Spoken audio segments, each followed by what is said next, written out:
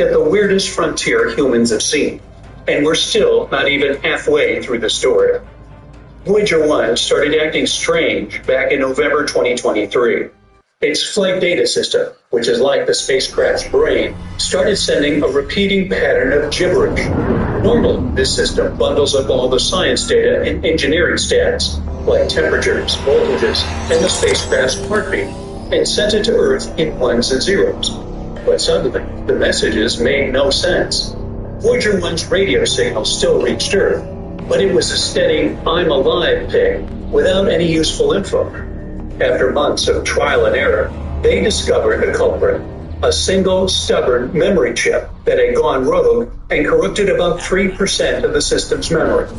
Nobody knows why it failed. Maybe it was just worn out after 4 decades, or a high-energy particle from deep space hit it like a cosmic orb. Since they couldn't replace the chip, NASA engineers had to pull off some scientific magic to fix this 46-year-old gadget. They divided the missing code into pieces and carefully moved them to other memory spots on the spacecraft. A radio signal takes 22 and a half hours to reach Voyager 1, and another 22 and a half hours to come back. So, NASA engineers were sending messages into the void and waiting almost 2 full days to see if it worked. On April 20th, Voyager finally responded with readable, coherent data. It was like getting a text back from a friend who's been ghosting you for months. Except this friend is 15 billion miles away, floating at the edge of the solar system. Voyager 1, as well as its twin, Voyager 2, was originally meant to last only 5 years. Both have gone through many challenges over their long journey. For example, a 7-month blackout in 2020 for Voyager 2, and a 2023 antenna mishap that required a shout command to get it pointed in the right direction. But despite all that, they're still working hard and sending back extremely important data.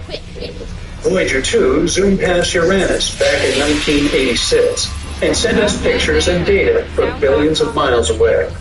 After looking at that data, scientists thought Uranus wasn't giving off much heat, which is weird for a giant planet. But now, thanks to years of spacecraft observations and fancy computer models, researchers have found Uranus does have its own internal heat. It's just subtle, only about 12.5% more than the sunlight it gets. That means the planet is slowly shedding leftover heat from its birth, like a giant cosmic radiator cooling down after a super hot childhood. Its long 20-year seasons and tilted spin make things fluctuate. Figuring this out helps scientists understand how planets form, how atmospheres behave, and even give hints about Earth's climate. Voyager 2 might have just shown us a frozen quiet world, but decades later, that data helped uncover a secret heartbeat under Uranus's icy blue clouds. As you can see, space loves plot twists. Let's talk to Saturn's tiny moon, Enceladus. Scientists believe there's a massive ocean hidden under its frozen shell, and this moon's core is keeping it warm. Enceladus is small, about the width of Arizona, but it's one of the most promising places for Earth or extraterrestrial life. And that's because NASA's Cassini spacecraft caught it, spitting. Giant geysers of water were shooting out from cracks in its icy surface. Not only cold water, though. These fluids contain salts and organic molecules, including carbon, hydrogen, nitrogen, sulfur, and oxygen. These are the building blocks of life. And then, they also found phosphorus there. It's the rarest of the 6 elements upon which life depends. Together with sugars, it forms a skeleton for DNA molecules. The amazing part is that the concentrations of phosphorus on Enceladus are at least 500 times higher than the highest known concentrations in our oceans. Scientists also study the ice from Enceladus. Plumes of water vapor freeze into snow at the surface here, and they found it might not be all shapeless dust like they thought. Up to a quarter of this ice can form tiny crystals, hiding like chocolate chips in cookie dough. They ran simulations, froze virtual water at crazy speeds, scrambled molecules, and even tested real ice with X-ray. The ice is so odd that it has the same density as liquid water, so it neither sinks nor floats. It's all critical to know, as space ice could shield spacecraft, serve as fuel, or even show how building blocks of life travel the world. Scientists haven't found life or something life might have created on unsettled yet. But it looks like if we find life anywhere in our solar system, this moon will be the first in long. Or maybe we'll hear some exciting news from the Voyagers before it happens. They are still out there right now, flying through interstellar space. And some people are worried they could get damaged when they finally pass through the Oort cloud. Scientists haven't seen it directly, but many comets that visit us come from that region of space, stretching far beyond the Kuiper Belt. The astronomer who supposed the cloud was real said it could contain around 100 billion comet-sized objects. Their total mass could be as heavy as Earth's. Sounds dangerous to the Voyagers, but no worries. Scientists say the odds of them getting damaged are 100,000 times lower than your chances of winning a lottery jackpot. Oh well. So the Voyagers will keep sending faint signals for a few more years before their power runs out. After that, they'll just keep traveling.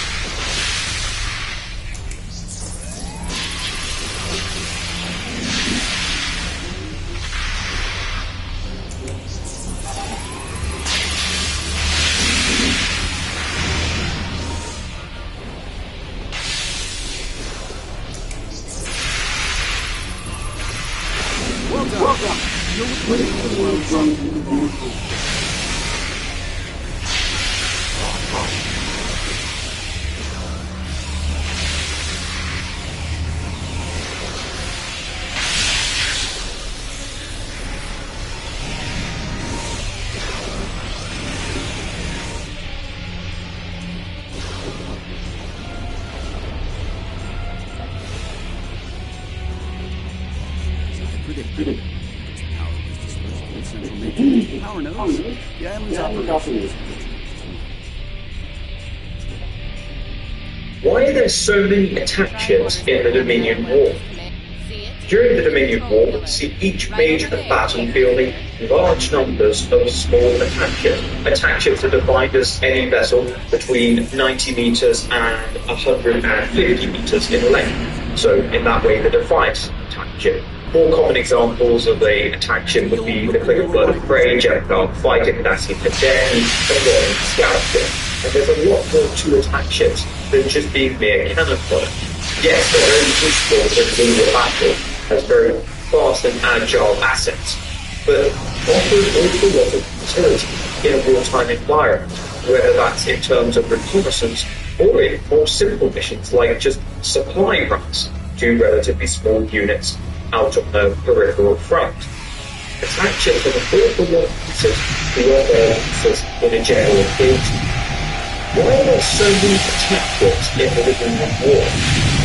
During the Dominion War, each major battlefield, large numbers of small attack ships. Attack ships are defined as air vessels between 90 meters and The bunker in G2 line is one of the most broken businesses out there, not only because you can make billions solo, aggressively, but also because you can unlock the most overpowered upgrades in the entire game, such as explosive rounds and juggernaut armor. Our showcase is available on only special upgrades. Over the years, this business received multiple buffs, but after the mentions update, it got the craziest buff yet.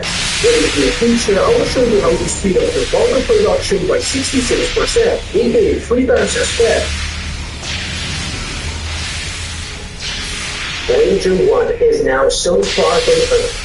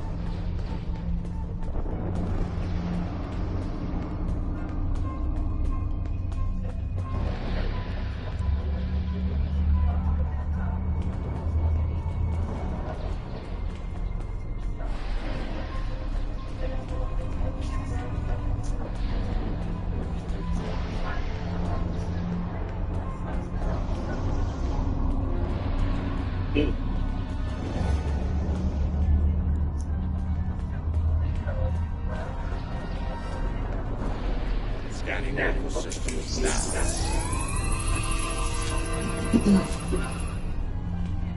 The other have locked down access to command systems.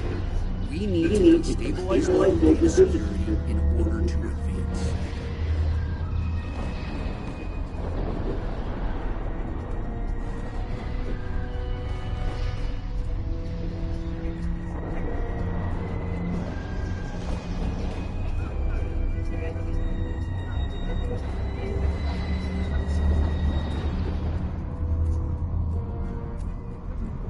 There are 3. This level of hack. Get started, Inquisitor. Everyone else get ready to fight. The other won't take kindly to our intrusion.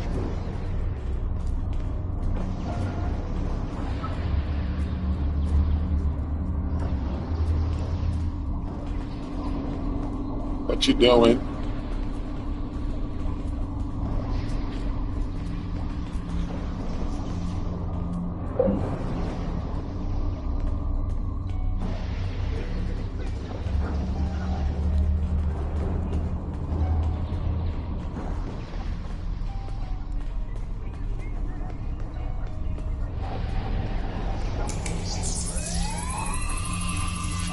Take out that threat.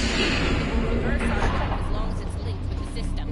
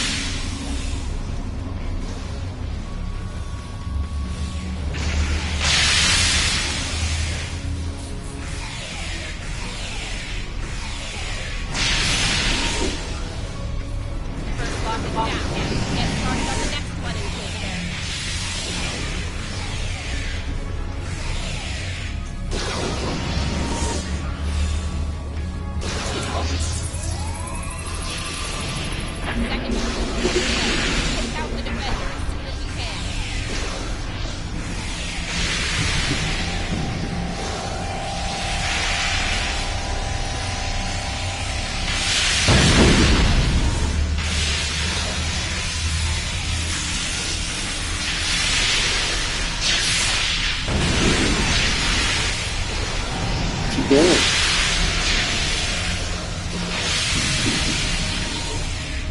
Huh? Wait. Can't hear you. Hold on.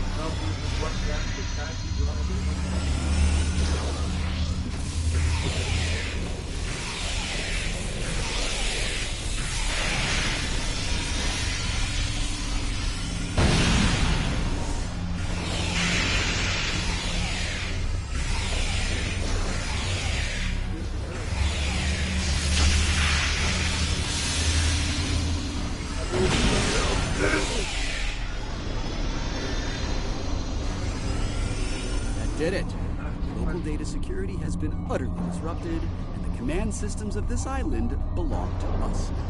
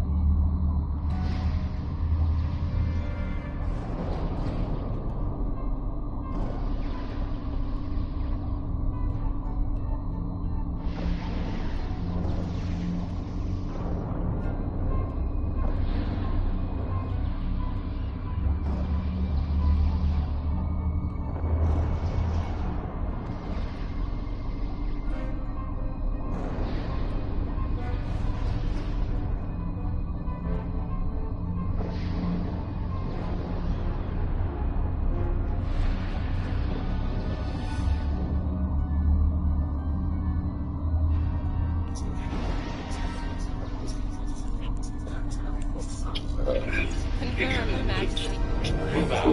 Get to the next report.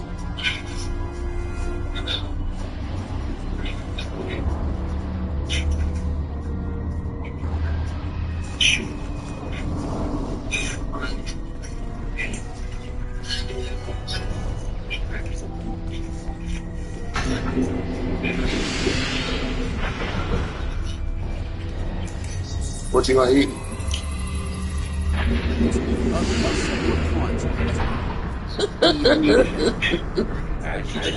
Majesty.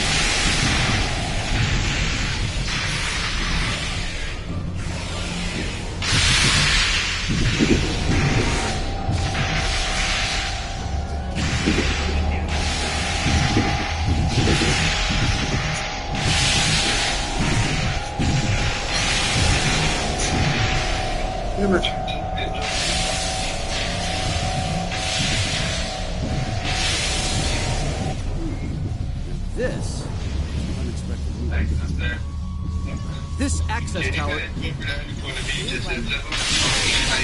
Protect him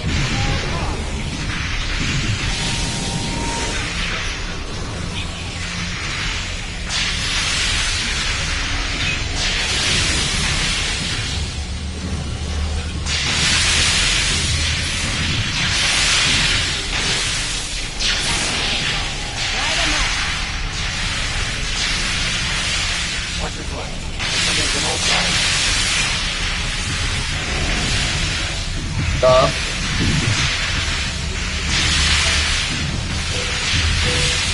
Because that's how you can turn them up and by touching them, and you can turn them off by touching them. But you don't know how to do that. You just. But listen, they're touch activated, so you don't know how to touch them. That's what's gonna happen.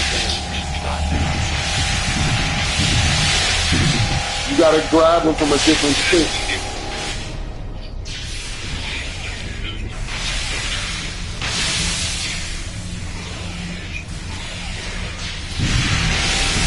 I miss it.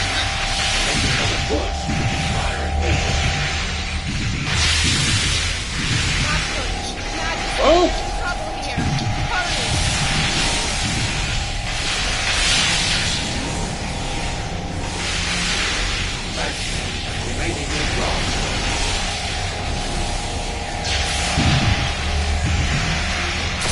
No! Unacceptable! We will not withdraw!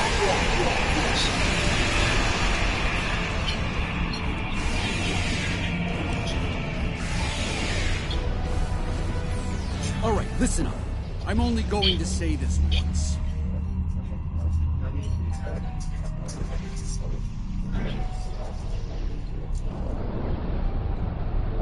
So what you eating? What you eating?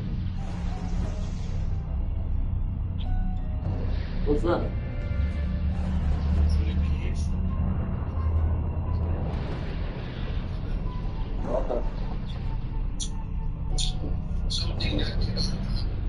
No.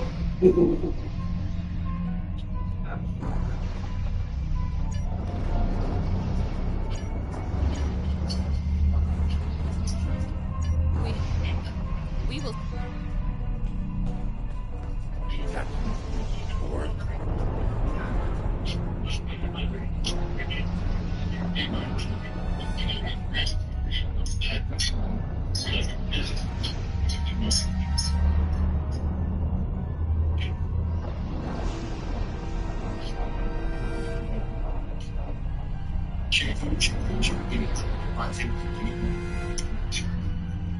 Rice, rice, rice.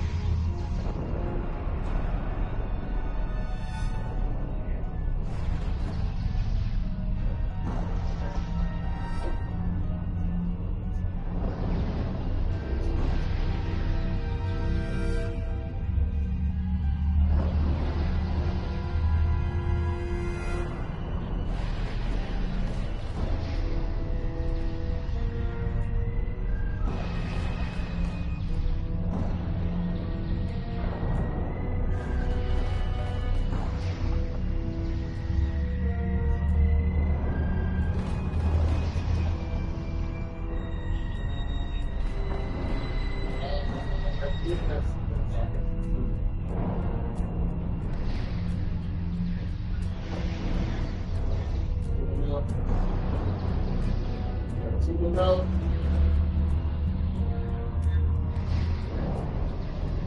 Well, it's not. It's just cool.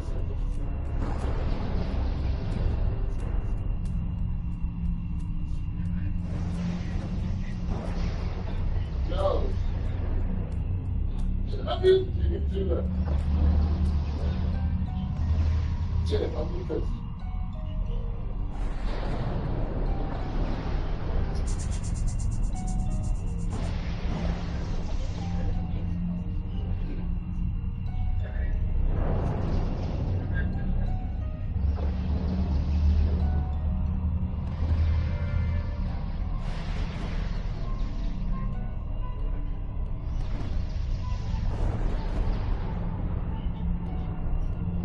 I'm going to say that it's I'm still here. I feel it's just good. I'm still doing it. No, I'm not leaving. I'm hungry and I am. I'm not leaving.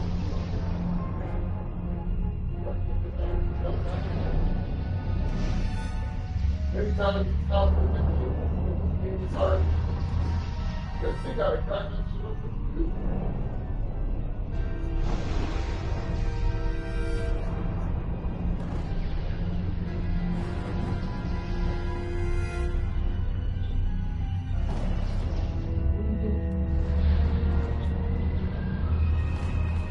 that's why I always distract something else. Something I want to tell them something you better.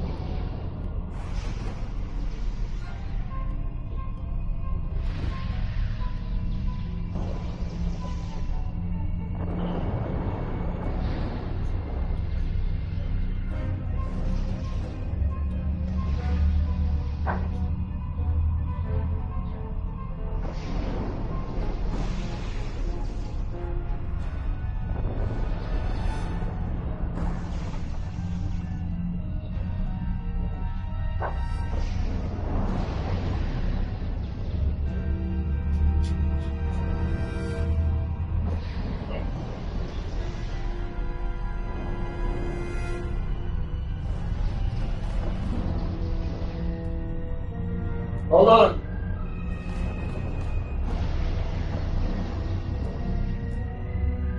Hold on.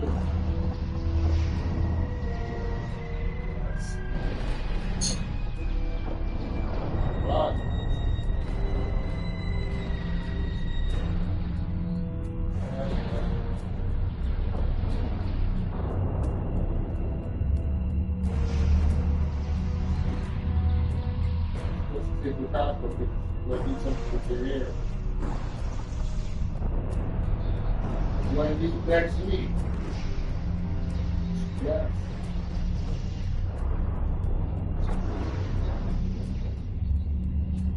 Oh.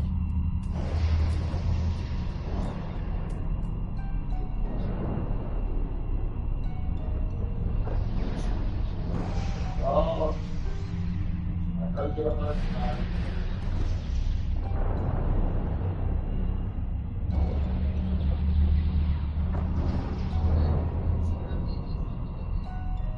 Apparently, You have to go to that barbershop you went to, otherwise I'm going to go.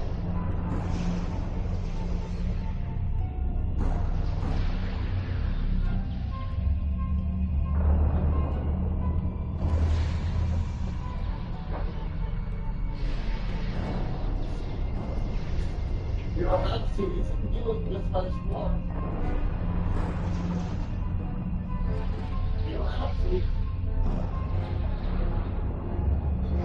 Okay. Take your breakfast. Fine. I just gave you the option.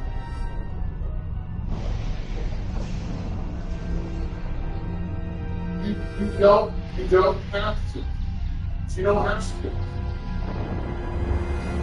You don't have to. I was just giving you the option. If you don't have to, but next week when you give me, we're going to do the passport. Well, the application. Then after that, I have to go to Kingston to get my parents' marriage certificate.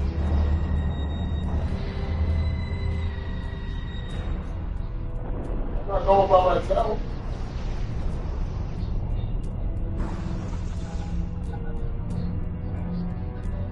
No! Oh, wait. I might take the bus to Oxford to Kingston. And back and forth. I'll figure it out once I get to that bridge. But I'll figure it out.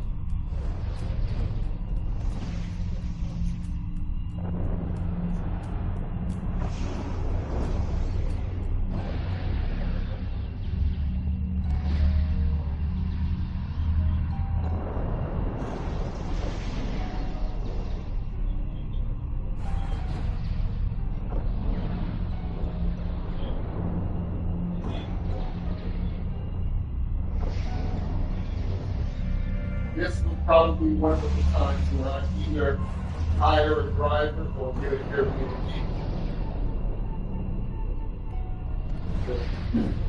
I don't know.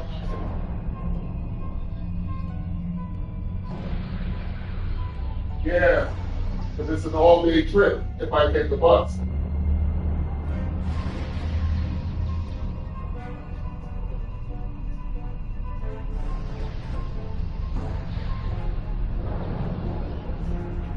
I'll figure it out. Figure it out.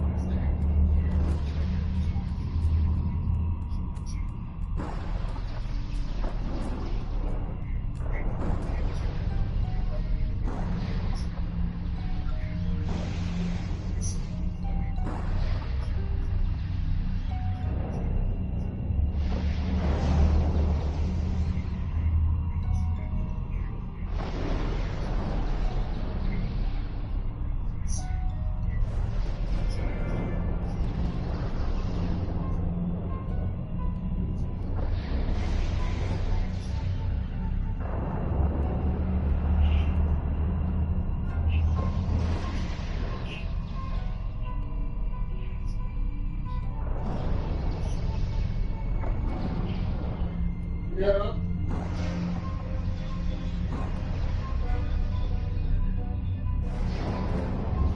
Okay.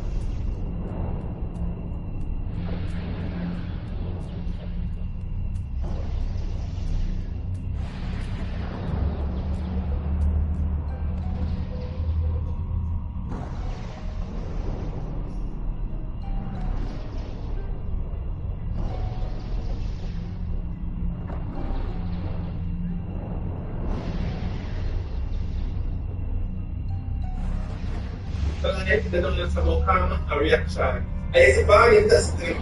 You see the generational person and keep them up, because I'm telling them who surf ice. But guess what I did that and the first kids came and came for me, I think the person from they were the one that said, oh, what I blood for them. Kevin now get it, you know, he said, come on, have to take up the bomb buckler, go and just and feeling at it like first time this teacher. You know, matter how your body big, your curve, your shape, good silicone breast, face clean and nice, teeth clean, your fucking attitude create a match of 10 minus 10. When your attitude stink, come in your bomb buckler yard, and pretend as if you're good on the internet, wear the nice clothes, and when you come off the internet, you're going to go ball the loneliness. And that I do. I mean, I try to tell them to stay up. Man gets so smart when your family has this man used to be a lead investigator for the Massachusetts State Police, but he's now been fired, and many of the cases he led over the last 20 years could be re-examined because of some text messages he sent from his private phone that have now been revealed. And I'm not a lawyer, but this is one of the cases we should all be paying attention to, because in about 5 to 10 years, this one is definitely going to be a documentary on somebody's streaming service. So tap in and let me fill you in on the recap. Okay, so to tell you the story, I first need to tell you about this man. His name is Miles King, and according to prosecutors, on July 10, 2021, surveillance video captured Miles leaving a barbershop around 5:15 p.m. in Boston area. Miles got picked up in a black Mercedes, and then additional surveillance cameras are able to track the route that he and the car took. According to the video, around 6:02 p.m., the Mercedes is seen making a right turn on a street called Belvoir Road. And then 20 seconds later, another man, whose name is Marquis Simmons, is also seen turning down that same road. Now, Marquis was riding a scooter and he had just left his friend's house. But what's important to know about these two men is that they both worked in the music industry, and according to some recordings, 2 years prior to this date, Miles King was arrested after police found him sitting outside of Marquis' house in a stolen car with a loaded firearm. So, back to July 10th, after they both turned down this road, according to video surveillance footage and some witness statements, a black male wearing a hoodie and appearing to be reaching for something in his hands is seen running across the parking lot of a school around 6th Street p.m. And then 1 minute later, at 6:07 p.m., that same man is seen running away from that school. And then a black Mercedes is seen speeding away from the area. Now, seconds after the Mercedes speeds away, multiple 911 calls start coming in to report that a man had been shot on the Belvoir Road and is laying on the ground. When officers arrived to the scene, Marquis Simmons, who had been shot in the left shoulder, was struggling to remain conscious, but before he passed out, law enforcement asked him who shot him, and according to officers, he replied, quote, Mizzy Cash. Marquis' mother, who was also on the scene because the shooting happened right in front of the house, told the officers that she heard her son say, quote, he said he was going to do it, Marquis was transported to the hospital, but despite doctors' best efforts, around 10 p.m. that night, 25-year-old Marquis Simmons succumbed to his injuries and is pronounced dead. And the lead investigator assigned to the case is Proctor. And based on the surveillance footage, Marquis' alleged last words, Proctor identified that Miles King's nickname, or the name he goes by as a rapper, is Mizzy Cash, and that black Mercedes being identified as Miles King's girlfriend's vehicle. Michael Proctor ultimately concludes that 21-year-old Miles King is responsible for the murder of Marquis Simmons, and so Miles is arrested and charged, and when he requests bond, it gets denied. Now, Miles King happens to get this woman as his attorney. Her name is Rosemary Scapaccio, and if you've seen the docuseries on Netflix called Trial 4, she may be familiar to you because she was in that documentary, and she's responsible for getting this man, who spent 22 years in prison for a crime he didn't commit, exonerated. She's basically a badass. You should definitely watch the documentary if you haven't yet. So, Rosemary comes on board and she repeatedly requests the discovery from Miles' case so that they can prepare for trial. But 4 years passes and prosecutors are still taking their time to get the discovery over to Rosemary. And it's not until about 5 months before Miles is scheduled to go to trial do prosecutors begin turning over key evidence in the case. And by key, I'm talking about very basic automatic discovery that defendants are entitled to. things like search warrants, affidavits, lab reports, police reports, etc. And so literally, about 5 months before the trial was scheduled to start, prosecutors turned over pages and pages and pages of discovery that Rosemary had been asking for 4 years. And so Rosemary argued to the judge that getting this much discovery this close to trial does not give her time to prepare. So she asked the judge to delay the trial started. But because according to her, this delay is on account of the prosecutors, not her or her client, she asked the judge to reconsider giving Miles King a bond. Now, before the judge decides on if he's going to give Miles a bond or not, he decides to have a hearing so that prosecutors can explain themselves why it's taken so long for this very crucial evidence to be turned over. And surprise, surprise, the reason all goes back to lead investigator Michael Proctor. Because as the lead, it was Proctor's job to turn over all of the evidence that led him to believe that Miles King committed this crime. The problem is, he did. So you're going to asking Super Proctor for the search warrant that he did in this case? Yes. And the affidavit accompanying the search warrant? Yes. And did he provide them to you? What we received was a partial affidavit for search warrant. Okay, did he provide them to you, yes or no? So, Okay. And so, when did you ask Super Proctor for the search warrant? in July or August of 2021, but they were possible. Okay, and when did you get all 6 search warrants from Super Proctor? I didn't get all 6 search warrants. You did not? I did not. Okay, so you got a portion of the 2 search warrants, and you were 6 search warrants, is that right? Yes. So I guess my question is, how does your system work if you're not getting the discovery that you're asking a police officer for, and you're asked for, let's just say, 5 times? What do? You go to the office and sit down and say, give me the search warrant, I have to turn it over? Yes. You did? Yes. Did you do that, didn't you? Yes. You go to Super Proctor and say, give me the search warrant because I have to turn it over. Yes. When did you do that? Sometime prior to the defendant's arraignment in December of 21. November 21, you said? December of 21. December 21. And you have to put the search warrant. What did he say? They will get them to me. So, if you keep in touch of your conversations with Super Proctor, when you were asking for these 6 search warrants that he didn't give you? No. Why not? It was something that I knew that was outstanding. It was something that I asked for in written form numerous times. I didn't feel the need to write a note that I asked for again. So after the hearing, the judge rules that due to the massive amount of discovery that has only recently been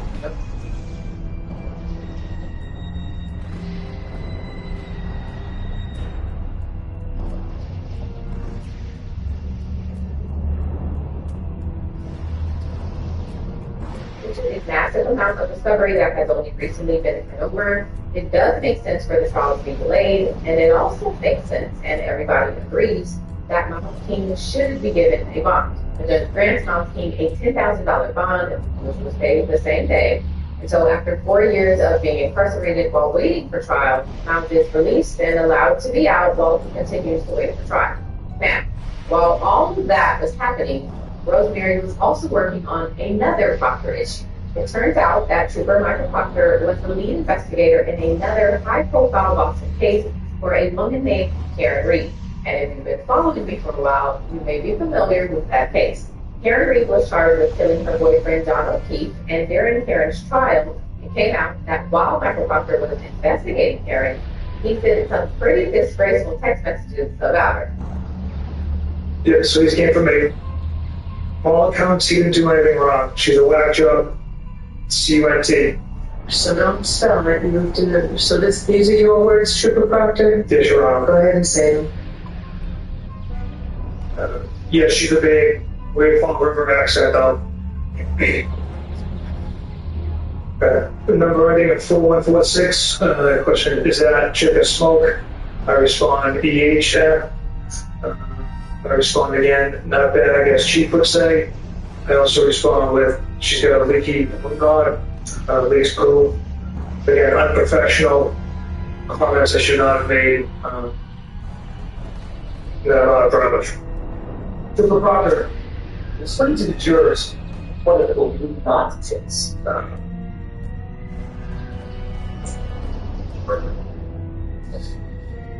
Your essentially, I guess your rectum area. Your anus? Yes. That's what you were referring to about Miss Reed? Yes. You were making fun of her? because you believe at that time that it means that's how you were treating the street? Yes or no? Yes, You followed that up with the phrase leaks poop, didn't you? I did. Again, another reference to the street's medical issues and medical conditions, correct? Correct. Specifically focused on her anus, correct? In reference, yes. Were you aware at the time that you wrote this in the street that suffered a colectomy surgery, very serious surgery? That was not so. Were you aware that she had had 10 surgeries in 18 months, some years prior? 10. I was not aware of that. So, because of the messages discovered in Karen Reed's case, Rosemary Scapaccio and some other defense attorneys begin to wonder if there are also messages about their clients in Michael Proctor's phone. Oh, the white woman, the C word. What do you think he's calling black and brown people? That's what we want to know. If the same biases that Chico Proctor had in the Karen Reed case are bleeding into other cases, then they become very important to our case. The problem is the messages and Proctor's phone download were in the possession of the feds, because at one point the feds were looking into the Karen Reed case and determining if they also wanted to pursue it. So as a part of that investigation, they did a full extraction of Proctor's phone. But once the feds decided they were not going to pursue charges, they gave the Karen Reed related messages over to the state prosecutors, with the understanding that after Karen's trial ended, everything they had from Proctor's phone would be destroyed. And so, about 2 weeks after getting Miles King bond, Scapaccio learns that the download from Proctor's phone is about to be deleted. So she and a few other defense attorneys rush to the courthouse, all in an effort to get a judge to stop these records from being deleted. So we're literally putting out a fire here. And if we not appeared yesterday in court, have we not asked the court to stop them from destroying this information? They would have just sent it back to the feds and when it got destroyed, and we never would have had the opportunity to look through it. It's quite a bit of back and forth, but ultimately, Rosemary Scapaccio and the other attorneys are successful in their bid to stop the destruction of Proctor's phone information. Eventually, the attorneys are given the full download of Proctor's phone, and after reading the messages, Scapaccio filed a motion asking for the case against her client, Miles King, to be dismissed. And she also requests that the messages from Proctor's phone be released to the public, because at the time, only the attorneys were able to read the messages. But Scapaccio argues that we, the public, have the right to know what's in these messages, and Proctor should not be protected in this instance. He's not a victim. He doesn't need protection. No one is frightened of him. He says some vulgar, disgusting things that apparently revealed in 2014, 2022. And she and his friends, like it's being classified. That's the tone that he's on stage. And so the technical for my purposes are in here to remind my ability to get it right. So I'm here to end up saying that this man should not be treated any differently than any other witness in other case. Why are you protecting him? Why is the problem protecting him? Why is anyone protecting him? The problem to get to know exactly who he is and what he's done. So, in the last week or so, the messages from Proctor's phone have been released. I'm telling you now, they are racist and disgusting and bigoted and infuriating. And I'm about to read some. For example, in one message in Proctor's phone, after telling one of his fellow officers about a car accident, Proctor followed up by saying, quote, "Actually, take your time. I saw a N-word was involved, so I wouldn't rush if you're working. Let them die." In another message, Proctor texts his friends, quote, "Literally hate 99% of the people I meet, see, and deal with. Dudes went into Canton High this morning to get a transcript and saw more N-words in 10 minutes than the 4 years I spent there combined. Everywhere I looked, there was monkeys running around. I wanted to ask the woman in the guidance office, where were all the white kids? Where the F did all the nigglets come from?" Nigglets. In another message about college football, Proctor texts, quote, "You noticed that N-words headband from A&M? It said something like, 'Cash me out.' Would have been nice if they were still our slaves. Then I wouldn't have to go pick up Bertucci's. Hey, N-word, go fetch Bear his wings and pizza." For context, Proctor's nickname is Bear, so in that message he's referring to himself in the third person, I guess. In another message, Proctor said, quote, "America sucks. Hitler was really onto something. Then the effing U.S. had to step in and ruin it." In another message, Proctor said, quote, "Detroit should be destroyed along with places like Flint, Michigan. they are breeding grounds for N-words to run wild. In another message, he says, quote, "It should be punch a N-word day in Canton today, out of retribution. Any shine you see, blast it in the face." There's another message. He says, quote, "I haven't shot anyone, but I did pull an N-word over today for tossing a cigarette out the window." The next message in the motion, it says, quote, "Eat a, Ghana. Let's enslave those N-words. My car needs them clean." And other messages, Proctor joked about tying a black person to the back of his car and dragging them through the streets. And then in another one, he said, quote, "If you see a black person, just kill him." The messages in Proctor's phone also showed him on more than one occasion discussing, quote, planting coke on people, as well as shoving a nightstick up someone's behind. He talked about using black people as dartboards. He said, quote, "Fight, fight, and N-word is white. If the whites don't win, we all win." He also texted hashtag die N-word day. And in his group chat, one of his friends sent this picture, which features a black child in a cage, and it was captioned, quote, "Even 3-year-old natives are terrible cute." I'll stop there because I'm sure you get the point, but there are. And so, as a result of these shocking, outrageous, disgusting, and racist messages that Proctor, who again was a lead, PriceSmart presents the official PriceSmart selection.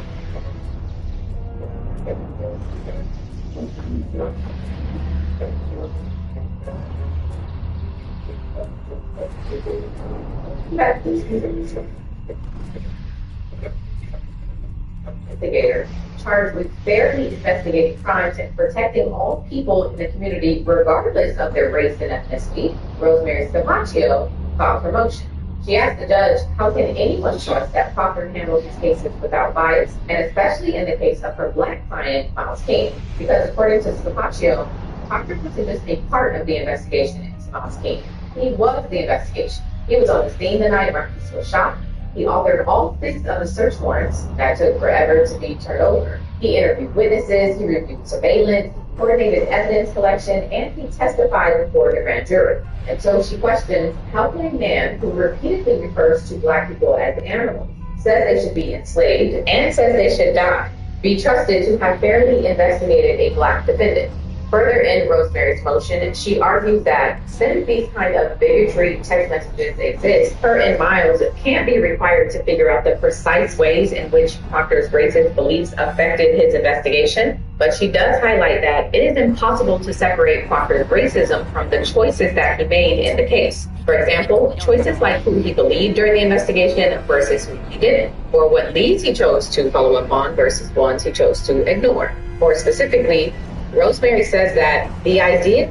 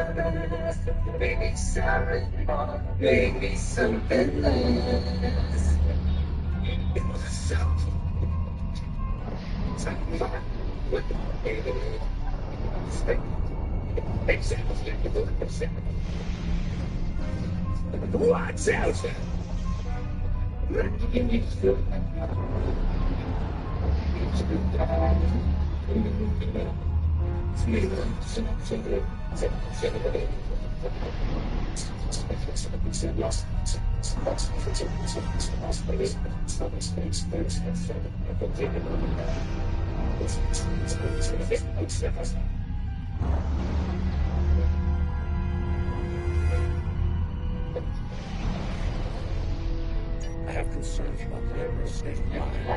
He seems ready and stable. If his condition deteriorates, our mission and the Empire itself will be in jeopardy. Very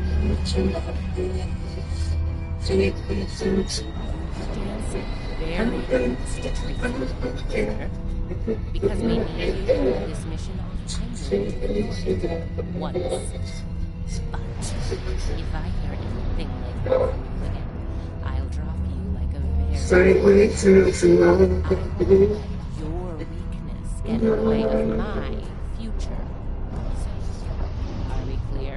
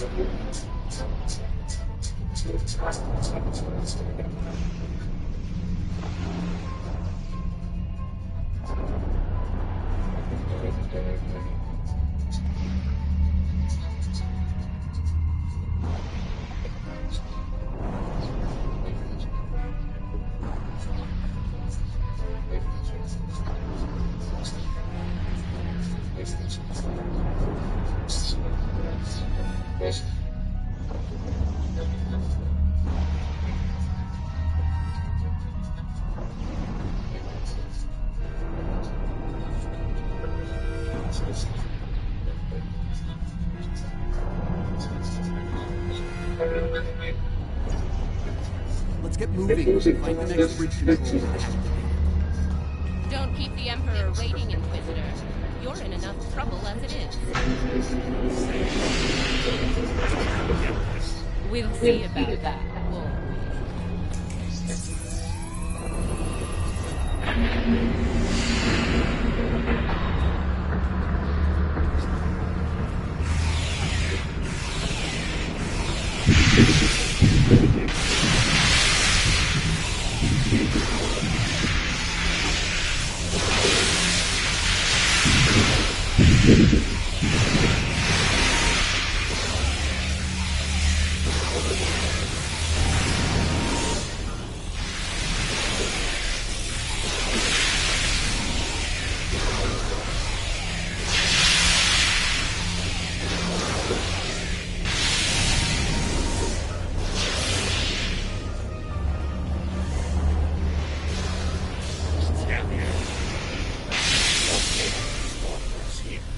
Don't bother. I'm reading a dangerous buildup of the island's plasma injector systems. This looks intentional.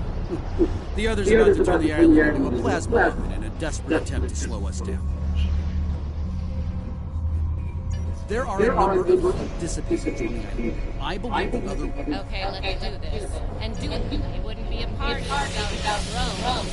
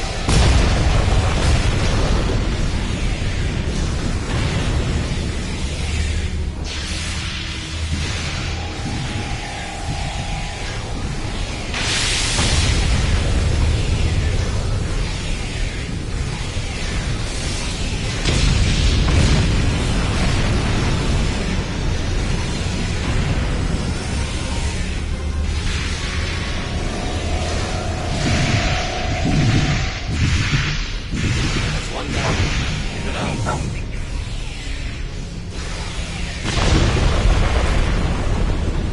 We're halfway there.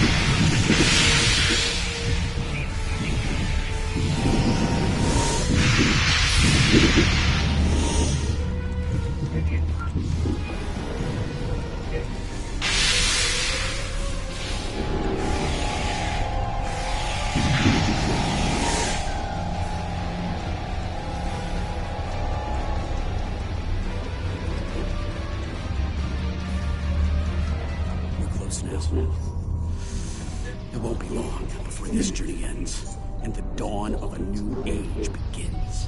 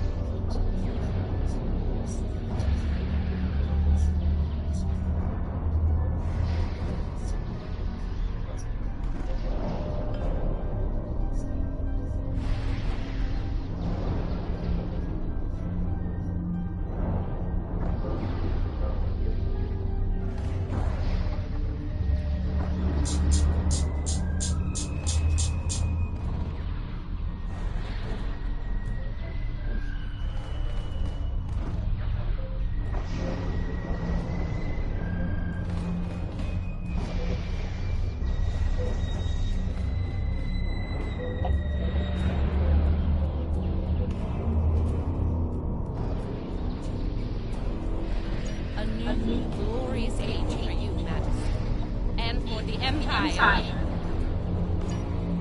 belong to you, visitor? Our stars are on the rise here. Illusion. There's only one star here, and it's about to go nova.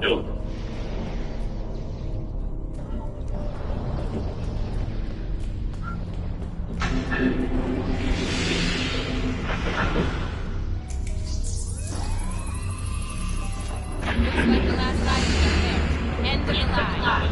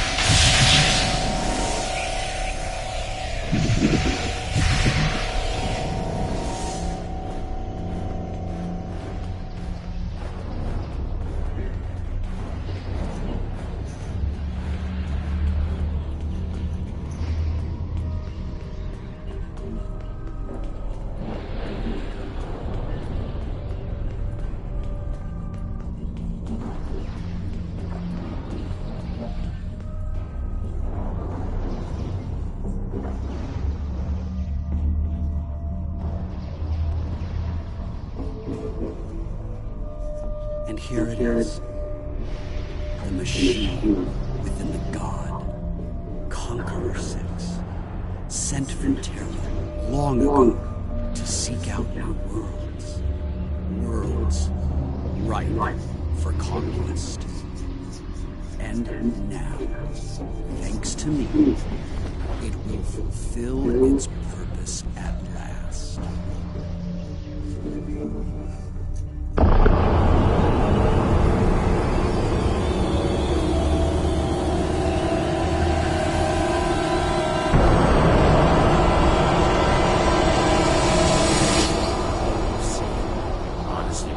This is the right call.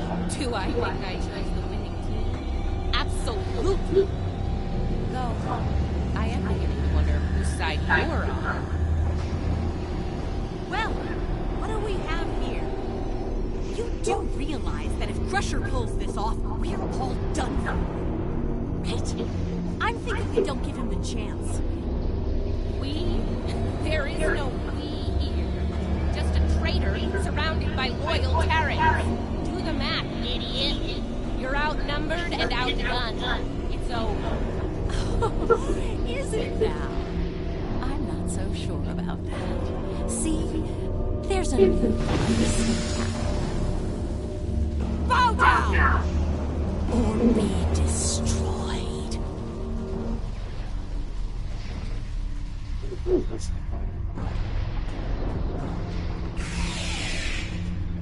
Take her out!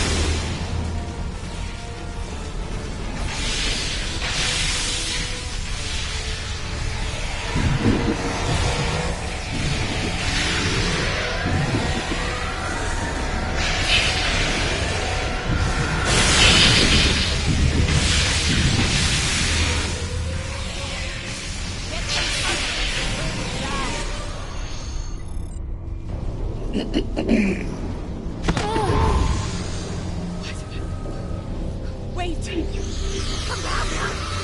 We can still win!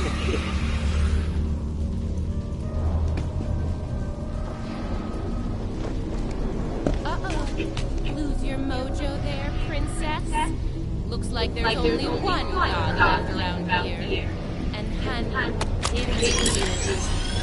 I'm really gonna enjoy this. He's going to destroy everything, Inquisitor!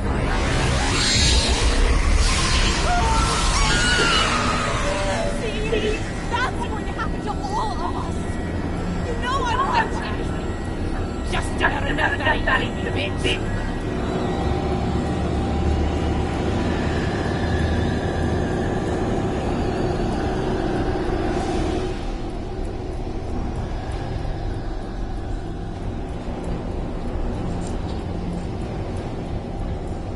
Fuck. I feel the same way. Just with you.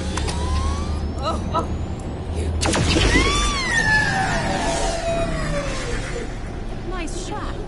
Surprised you waited this long to do it. Better late than never, eh? Okay, now. I have an idea. It's a long shot. It could work. I'll be in touch. Assuming you survive this. Defiant. One Viva.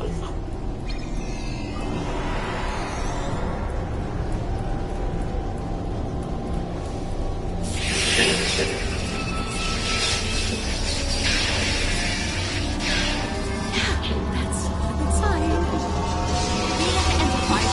Get me the hell out of here.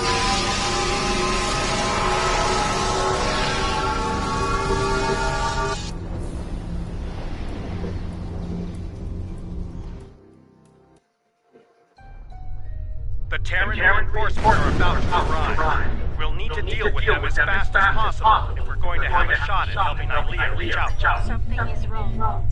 Here they come. All ships, battle stations.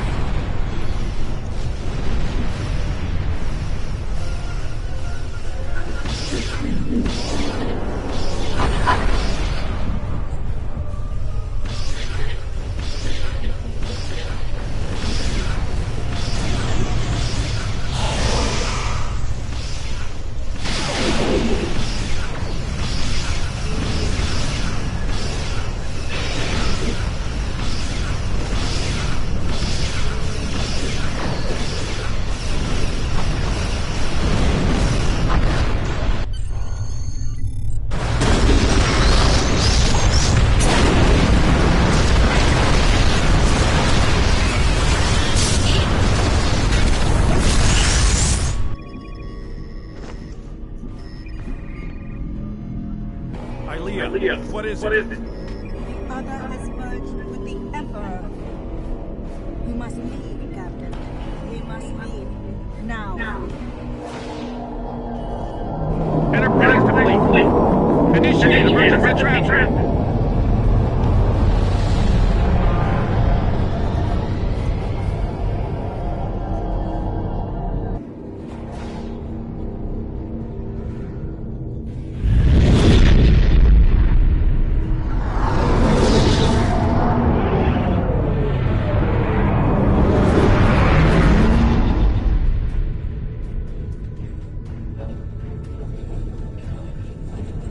We made it back.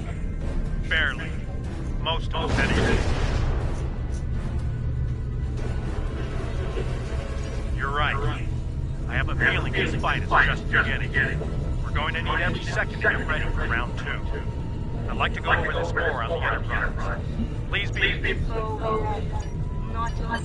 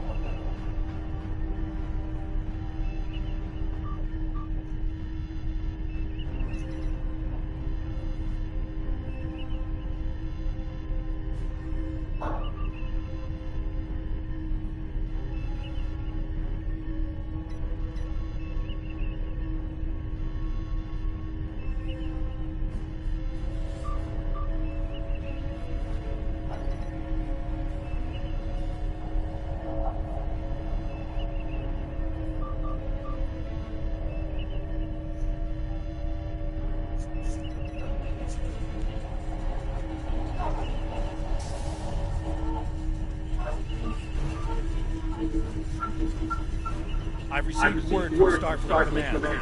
Every ship in the fleet is on alert. It's the same story throughout the Alliance as well. At this point, the Admiral believes it's not a matter of if the Emperor will attack us, but when.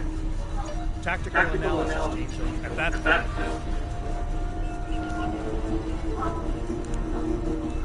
As I said, we're correct. I really feel high easy for one thing.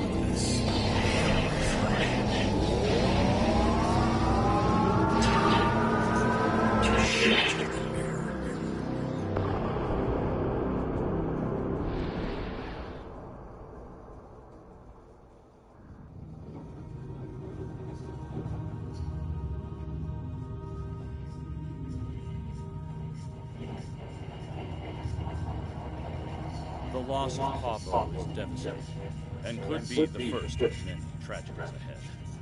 Every system throughout the Alliance is at a state of emergency.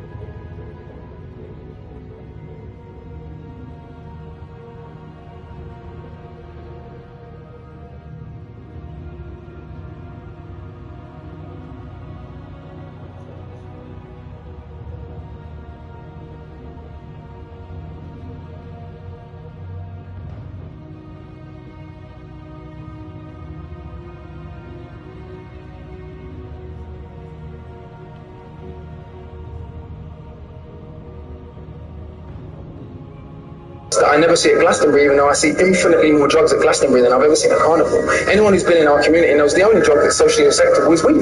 If you take cocaine or E's or ketamine or any of this other crazy stuff that they take at Glastonbury, in our community you're socially ostracized. Yet we get on police and Glastonbury gets a free rein to take as much drugs as they want. So there is these things that I say become invisible to you if they don't affect you. But without wanting to harp it, the idea that, so you're